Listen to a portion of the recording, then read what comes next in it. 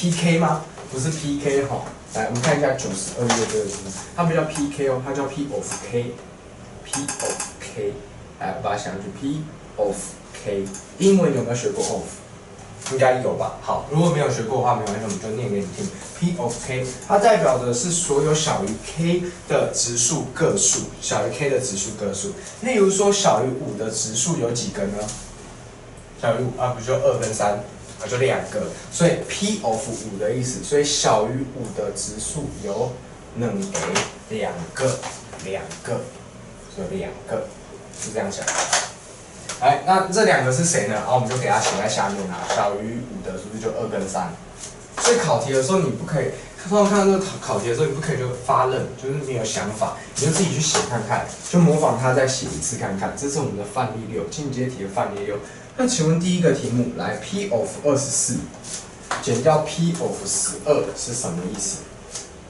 现在由我帮你翻译，那以后呢，你遇到这种题目，你要自行翻译，因为它的考题变化都是随人出的，哦，所以你要自己去看清楚题目，你看不懂，那考题当然就不会写啦，所以你们要练习去看题目，这样就模仿老师刚刚的分析方法。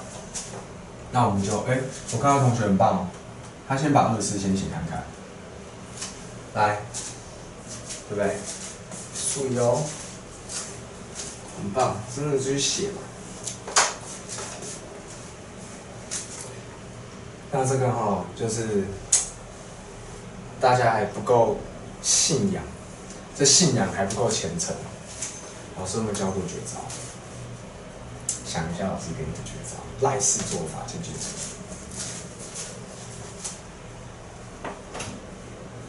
哇，厉害，真的厉害。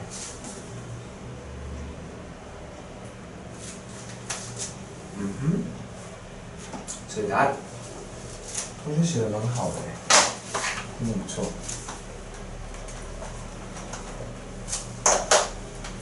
来，第一种做法没什么好说，就列嘛，来2、3、5、7嘛，对不对？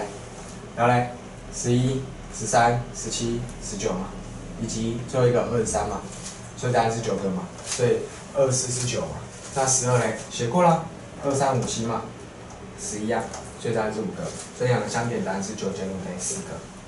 这是第一种做法。第二种做法，赖氏做法，记不记得？我们刚刚说20以下的有几个？4、4、2、2、3，4个4个。啊，20开头是从23，所以4加4加1，所以9个。你是用这方法吗？不是，你也是全部列出来。好，列出来可以。来，在12嘞，12以下的是1到10，1到10质数几个？4个。4、4、2、2、3、2、3、2、1啊，4个。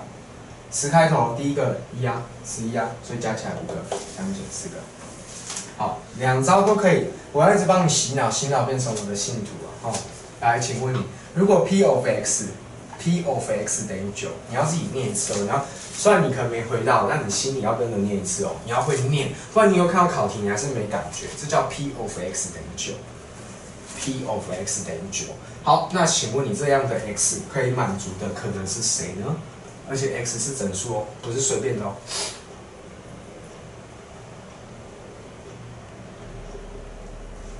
谁的质数有9个啊？那你就把这9个写出来。对，要自己翻译啊。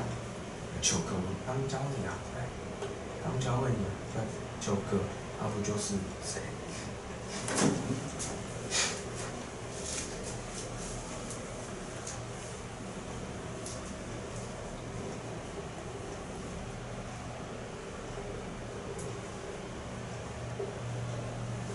？44。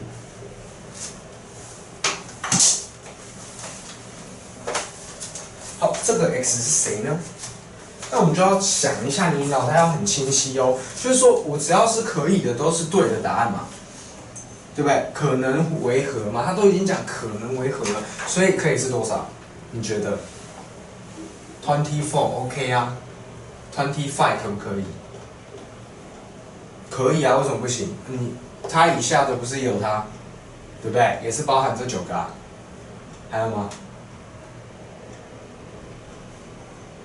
快，再次给你10秒钟，来10、9、8、7、6、5、4、3、2、1，好，时间到，来，答案是。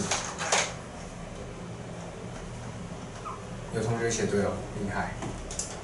他也是因为题目说的它的定义是小于，不是等于哦，没有等号哦，所以29尽管它是指数，29尽管它是指数，它真的都是小于它的范围，所以29也是答案。这样你有没有听懂？有，你有自己写出来吗？大会9，你写到哪一个？你也写到29，好 ，OK， 那很好。那30可不可以？就不行哦，因为30以下就多了29了，它就变成10个，这样是不对的哦。这题是一个延伸题，还不错哦。OK， 学一下。